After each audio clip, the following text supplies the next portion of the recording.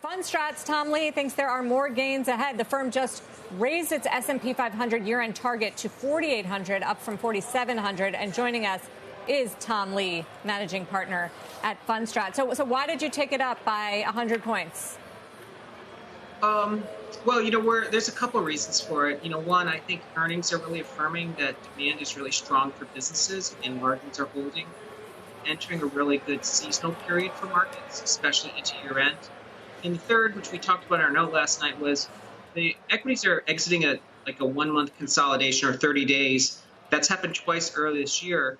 Both times resulted in more than a 7% rally over the following 8 weeks. And so if you overlay that to today, we get to 4,800.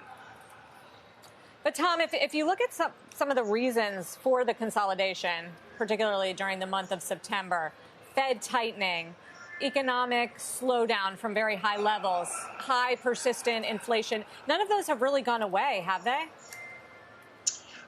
They haven't, but as you know, sometimes the market looks at less bad as good.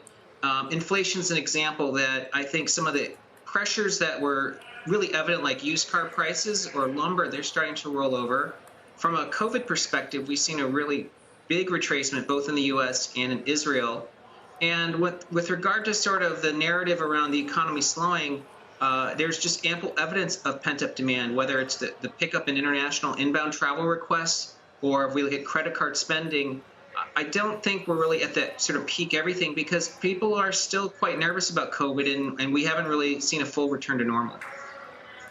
We were talking earlier, Tom, about the extraordinary start to this month we've had, particularly for some cyclical sectors, double-digit gains for energy, 7-8% gains for sectors like banks and materials. Do you suddenly get worried that we're running too fast at the start of this month after the September pullback?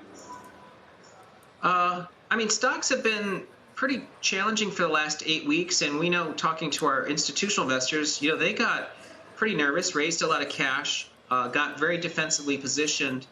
And we've only been rallying for about 6 days. I don't think that that's enough to kind of get people position squared. So I think most investors are underinvested right now in a time when stocks do pretty well seasonally. So I think, it has a chance to be kind of a melt-up. I think 7% is kind of a low number. I think we could be, well above 4,800 before year end.